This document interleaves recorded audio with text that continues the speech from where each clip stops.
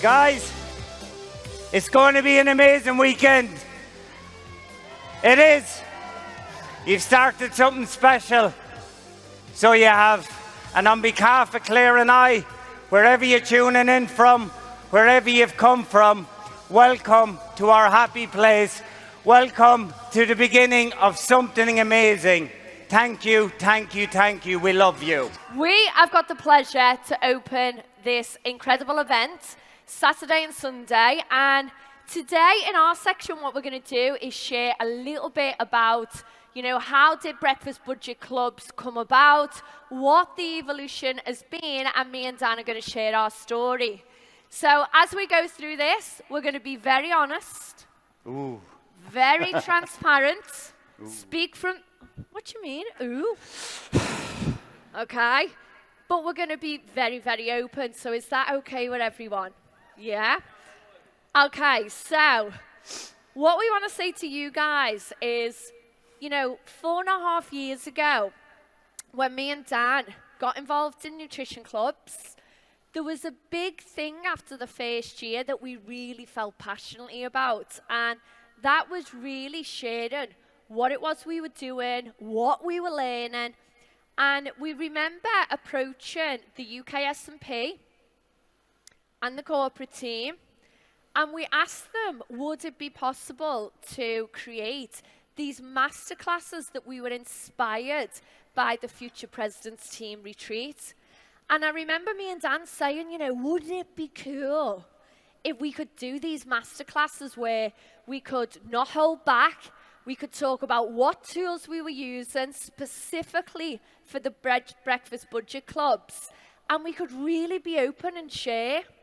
And please, please, everyone in the room, give your UK leadership and the corporate team a massive round of applause, because without them, this wouldn't be possible. Okay, so we are going to go through sharing our story. And, as Kate and Peter said, didn't they do a great job, by the way? Yeah, fantastic. They said that at the beginning of every section, each speaker is going to be sharing stats about their business, their personal production. And do you know what? Really embrace listening to these speakers, because, every single speaker who's been selected this weekend has been selected on metrics.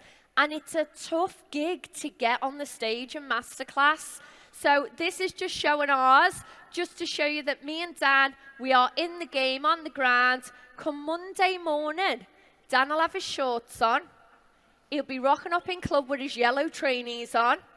I will have my workout gear on in the club, and we'll be doing wellness evaluations, and we'll be doing 10th visit reviews. Love it. For us, we are still definitely on the ground. But Dan, do you want to take it away just to open up our story? Yeah, look, never in our wildest dreams did we think that we'd be on stage in front of thousands of people. And Claire and I, we're just a mum and a dad, like a lot of people in here. And we fell in love with Herbalife, and over the years we figured it out. But the most important thing for us as a couple is making memories with our kids, so it is. My background, I come from a background in corporate banking. I got a job. I worked my way up. However, I was never fulfilled. And what I found was, I was doing these long hours, I was stressed, I had very little work-life balance. And I remember Claire and I, we were always upbeat, positive, looking to the future. And I said to Claire, there's got to be something more than this. And our plan B was, we saw an opportunity to open a cleaning company. Love to clean me, I'm your man. And you know what? We just thrived, honestly. But my plan B to get out of banking took a turn. Just a couple of weeks before Claire and I were due to get married, one of our contracts couldn't pay us. It's life. And we had to make some tough decisions about paying staff, making the wedding work. But we did. We made it happen, Claire, didn't we? I came to an event like this. Is there any people here, husbands, who've been dragged here today? Oh! I hear you guys. Look at me now up here. Oh, my God. So I came to an event, it was in Windsor, and it was like, I don't know what it was like. It was weird, actually. That's what it was like. It was really weird because I was in an environment of happy, upbeat people who just maybe had something that they could go away and change their lives with. We had the pleasure of, Alfie, you were there at the time, Alfie Patron, lovely to have you here. I hope we can return the favours. Beautiful Fiona and David, and they inspired us. And I said to Claire, whatever this thing is, listen, I'm all in. So we did. So Claire, I'll just pass over to you just to share a little bit of your story, lovely. So, how did Herbalife find us both? Well, originally it found me first. At the time, I was working as a health club manager for a company called the Gym Group, and I was also running a personal training business, freelance around that. I didn't particularly want it to be a manager.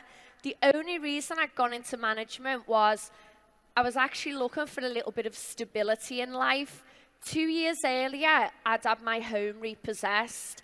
I was in £30,000 worth of debt. I was 7 months pregnant at the time when Herbalife found me with our first son, Joseph, and I was working 70 hours a week. And I was introduced by someone I worked with. He was a great strength and conditioning coach, and he asked me 7 times, would I be interested in joining his team? So he approached me more from the business perspective. And at the time, and I don't know if anyone can relate to this, but when you're in a lot of debt, you become consumed by it. I shared this last night, and I was highly stressed. So when he was asking me about starting this new business, I just couldn't see how I would mentally and physically make that happen. But then he changed what he said. And he said to me, Foxy, can I practice a free wellness evaluation on you? Because I'm training to become a wellness coach. And I was like, of course you can. I'm your friend, of course. And it was only when I sat in that everything changed for me, because I seen the fact that it was backed by science, you know, the customer support that people got. And I thought, yeah, this is something that I need. I was lacking energy. I was skipping breakfast. And that was the door opening for me. I then went to my first event, and it was in an arena in Barcelona with 18,000 people. I waddled in because I was 7 months pregnant. Well, I was actually yet 7 months pregnant. And I remember being in that arena, and I didn't really get it. Like, I didn't. And I remember sitting next to Wayno, and I was going to Wayno, I don't really get what this is, and I don't know how you get paid, but I'm in. And I remember thinking, I'm a hard worker. Like, I'm not frightened of hard graft. I'm not frightened of going, okay, can you show me what to do? I want to learn from this. And I thought, if I can apply that to Herbalife, then maybe I can earn an extra £200 a month to pay some debt off. That was me. When me and Dan joined together, what happened with the cleaning company, and we said, let's do this as a couple, our business exploded. We were really excited. We got to the millionaire team within 2 years. But we lacked, when I look back now, so many things. We lacked a pathway, how we move people from customer to supervisor. We had no clear way of working. And we also were losing people all the time. So we bring people in, lose them, whether it was customers, whether it was team members. And we had no structure. And as the business from Mill Team, and we'd gone full time at this point, went up, we left our jobs, it started to come down. And I remember we spent a long time absolutely broken. And we just want to say for people in the room, to Nick, to Violetta, to Matt Elliott, to Justin, Carol Sinfield, you never, ever gave up on us. Never. Thank you, Vi. And God, we always say go to the events, and I think the events are special. And Claire said, listen, we've qualified for an event in Seville. We both couldn't afford to go. I'll be honest with you, we couldn't afford not to go, but we couldn't afford to go. So we made Claire went, she made it happen. She sat there, and it was the worst nightmare because, do you remember, Carol, you booked the wrong hotel, you had to get a train, and we'd no money. And thank God Carol sorted Claire's train fares out and everything, because that's what we do for friends, isn't it? And, no, thank you, Carol. We're just being honest here, guys. I don't know where you are. And Claire went to this event, and she saw the beautiful Radhika stand up about building a business with growth and sustainability. And she came back all excited. But I remember Claire got in a situation where she rang me. She said, Dan, I need money for whatever. I don't know what happened, Claire. We had to pay something or something happened. When we were in Seville and we landed in the wrong airport for this event, Harrelson Field, I was where, we had to get a train. And I had no money. No money in the bank. I don't know if anyone's ever related to that. And I remember ringing Dan from, the wrong city we were in. And I was crying on the phone. And Carol was outside the toilets. And I was like, Dan, I need £100 to get a train ticket. I'm stuck in the airport with Carol. We're in the wrong airport. Yeah. And I remember Dan saying, I'm going to get upset. He's like, I don't have the money. And I remember Claire saying, I said to Claire, you're going to have to ring your brother John. And John bailed us out. But here we are, millionaire team, no check.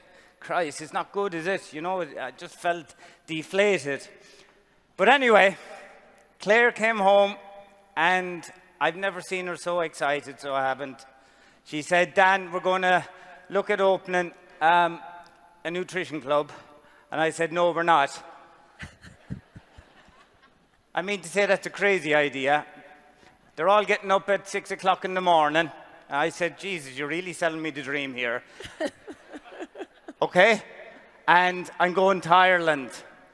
And I said, I didn't know what to say. And I'll tell you why. Because I was so scared. I was really scared. Because I said to Claire, I said, this could be our last roll of the dice in Herbalife. Because if we don't find something that fits, that suits both of us as a couple, I don't know. Our dream was gone. And Claire went to Ireland, and she met the beautiful crew back home, Paul, Orly, Sinead, all our buddies. Thank you so much. We love you. And she came back and she said, we're going to open a club and you're going back to Ireland. And I said, oh God, here we go.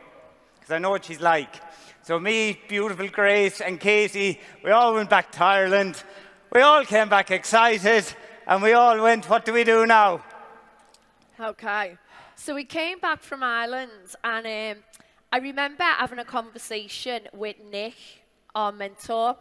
And Nick, our relationship had parted. We always remained friends, but we'd said to Nick 6 months earlier that we just needed time out. We needed space. So when I reached out to Nick and I was like, Nick, we're going to open a nutrition club. Nick was like, okay, let's have a chat. And one of the big things he said to me and Dan was, you know what, if you're serious about being successful this time around, you really need to look in the mirror. And I remember pausing because then he said, you also need to become professional.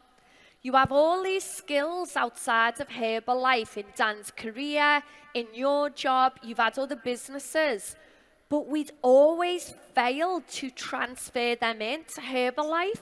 It was like we just become these excitable lunatics. We had no structure, no vision, no goals. And when Nick said it, it really hit home for us. And we really made a commitment at that point that we were going to commit to becoming professional. We were going to do our research for 6 months, find out everything we could about nutrition clubs. But the biggest thing is we committed to raise our own personal standards in every aspect of the business. We also made the decision to become professional in nutrition clubs, not switching and swapping. We had to commit to a long-term plan. And like all companies, every company has a mission. And we thought, okay, let's create a mission. And it was to help 10,000 people in our local community to get healthier and happier. We were like, great, we've got a mission. And then it was, okay, we need a vision. And we were like, God, wouldn't it be great if we could open 100 of these nutrition clubs over the next 10 years? And can you imagine if we could have 10 frontline tab team clubs? That would take us to Founder Circle. And we were like, God, that's big vision. And you know what? I can feel it's actually happening, so I can. I really can. Really can. We then started to get clear what type of club we were and we wanted to duplicate. And you'll hear this weekend us talk about the Breakfast Budget Club. But let me explain where this came from. We didn't have this idea, let's open a breakfast budget club. It came on the back of when we were starting up, we were skint. We had no money to furnish it out. We had no money for the first month's rent. We had no money for the deposit down on the club. So the budget came from us having to make it possible with very, very little startup cost. But I remember Dan flipping it and saying, but don't you think this would be really cool if we could show people that you could actually open a club and make money, but with very, very low startup cost? And I remember, you know, when we first got going, it was basic, but we were world class.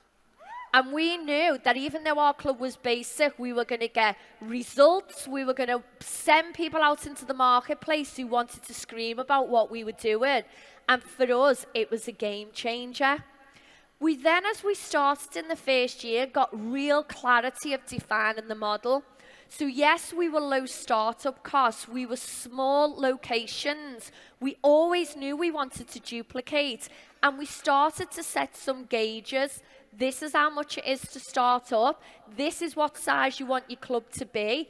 The big thing we learned from other leaders is keeping the clubs in suburban areas, like schools, by supermarkets, not in city centres, because that sent the rent up. Does that make sense to everyone?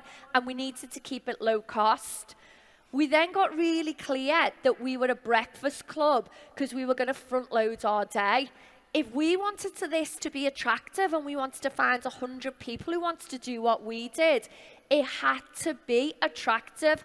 Operating the business 7 to 11. Yes, 1 hour a day inviting, getting out there, but it was front loading the day. And then we started to learn from people like Radhika and that, the importance of, you know, people coming in daily, consuming the products. That way people would get results. They'd go out and refer. And we always knew we wanted to build a business that had growth and sustainability. But the biggest game changer was, we knew from day one, and I ask you this question today, we knew that we didn't want a retail club, a retail outlet. We wanted to duplicate clubs and build royalties. So we sort of had a little bit of fun, and straight away, by the way, we had no one to start.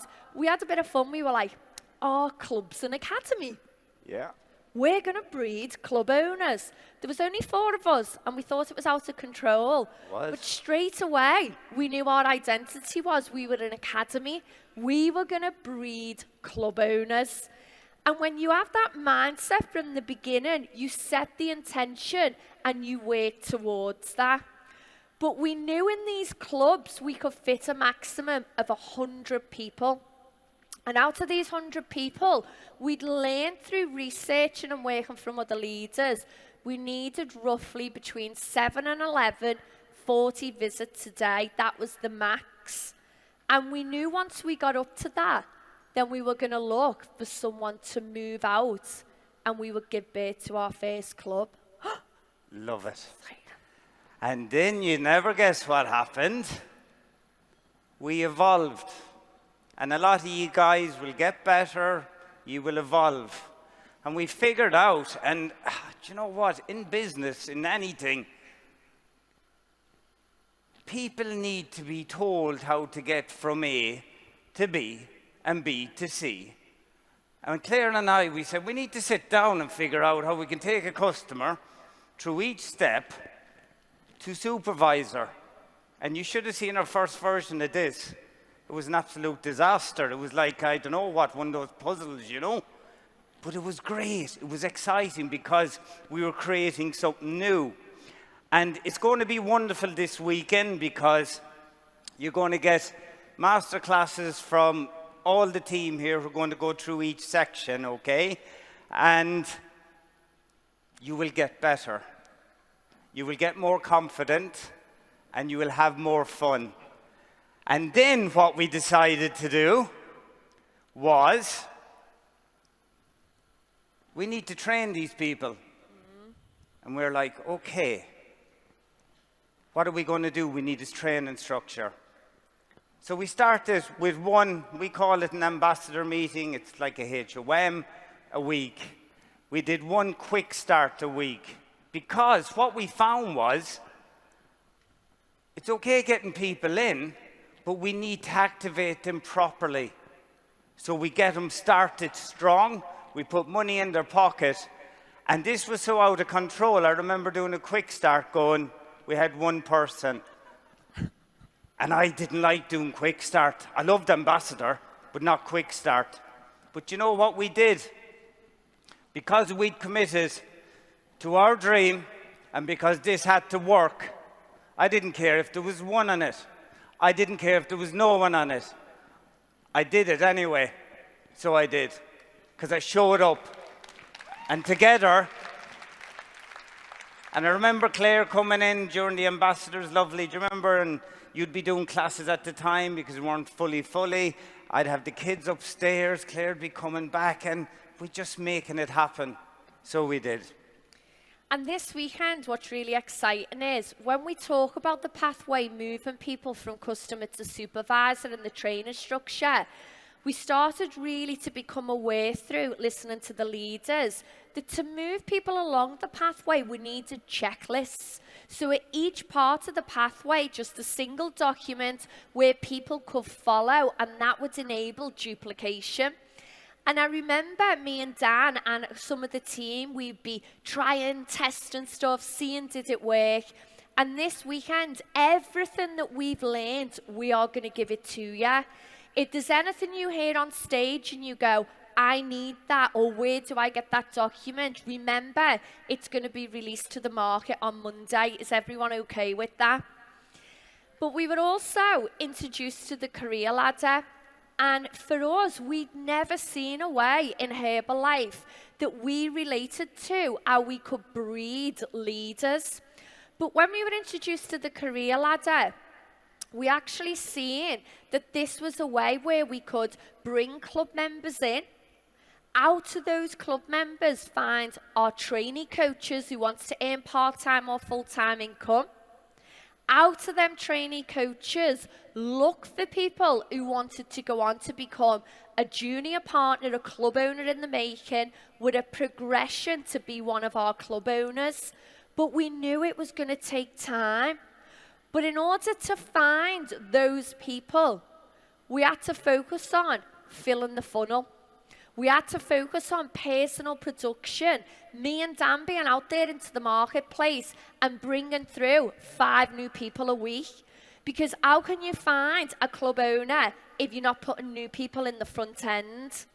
And this was everything we focused on. Just us taking our pin off, becoming a supervisor, and focusing on 5 a week. But we also knew in order to open that club, because we had no money, we had to open the club in profit. What do we mean by that? We needed to make sure that we built a community of customers. So when we opened day 1, we were earning income from memberships at the club. And we mapped out this 6-week pre-launch. And by the way, I did not write this, and I don't know where she is in the room, but Katie Spall, who helped us open that club, she wrote this, so please give her a massive round of applause. And what this 6-week pre-launch was a checklist for 6 weeks leading up to that club opening of daily activity of inviting. And when we did this and we opened our first club, Grassendale, we opened with 30 club members and we were ready to go. And we had 2 trainees. We had Grace Tierney, who was 42%, and she's now Mill 75. And we also opened with Katie, and you're going to hear from her over the next up and coming months. And then what I would say to anyone is that you're going to go on a journey. Year 1 for us was actually quite hysterical. We got so many things wrong. We had so many moments where I remember crying on the phone to Nick and Dan. And I was like, this isn't working. I was like, I quit. And Dan was like, I don't think so. We've got a lease to pay. You're going to make this work and I'm going to make it work. But I remember Nick saying to me and Dan, listen, you have to keep going. What did you expect it to be like? Do you think success comes with feeling good 24 hours a day, 12 months of the year? And it was almost like he kept slapping us back too. Sorry, Nick. Do you remember when I said, he said, you've got to be professional, not amateur? He constantly kept reminding us of that. Because as a professional, if you want to be successful, you have to keep going no matter what. And it was the cash flow, if I was honest. I loved it. You know, you can retail yourself out of any situation. And again, we started to evolve. Because we were in the mix, we were doing the do, we were building our club. And we came up with something called the Trainee Coach Program, just 20 simple practical steps. It's taken the coaches now on a journey to get them more professional, tell, show, try, do, and basically building profitable supervisors, so it was. Amazing. But then we also identified, because it was all about duplicating clubs, that we also had another blockage. And we're not going to cover this now. Anne-Marie Duffy in the next section is going to go into detail. But we identified that we had a responsibility. If we were going to roll clubs out, we had to make sure that these junior partners and potential club owners were going out into the marketplace ready. They had to have skills. They had to mentally be ready. And we designed some skills called 8 core basic skills. And these were for people who were these mini club owners. And we designed it, called it a mentorship program. And this was a game changer for us because we always knew we wanted to duplicate, but we wanted to make sure that we did it in a professional way. And then, sorry, Dan. No, keep going, you're doing great. Then we started, and I'm really on a roll now, aren't I? You'll have to like hook me in. But then we started to do the numbers, and we worked out in order for a junior partner to graduate in profit, we needed to help them build around 30 to 40 customers and 2 to 3 trainees within our club. Then they could pick it up, they could build it in the safety net of us, they could move into their own location, and from day one, they had a customer base, they had a team, they had skills, and they were making money. End of. That was the business plan. And amazing things happen. The business plan evolved, the clubs evolved, the team got stronger, we got bigger, we got better. 3 a week, 5 a week, we kept going, we kept getting stronger, and now we have the pleasure of just passing on what we've learned as our gift to you guys, okay?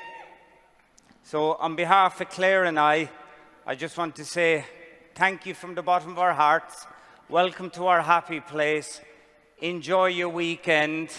Have patience, okay? There is a lot more to this career. You can see it there. You got the career marketing plan for nutrition clubs. But what will happen is, if you move to the next slide, Claire, is the magic will happen. You will absolutely love impacting, empowering, and seeing people change in front of you, just like all the people in this room, okay?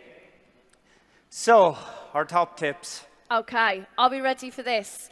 We're going to close this section, but these are our top tips for you. Look for club owners. Look for people to join the mission. For us, we knew that from day one. The second thing is you've got to commit to 3 to 5 years of learning. You have to become professional in this. Don't get distracted. Stay true to the model. Stay true to yourself. And the only thing you can control is your own inviting. How many new people you're bringing in a week. For us, it was 5 a week. And this weekend, we're going to show you how to do that through referrals.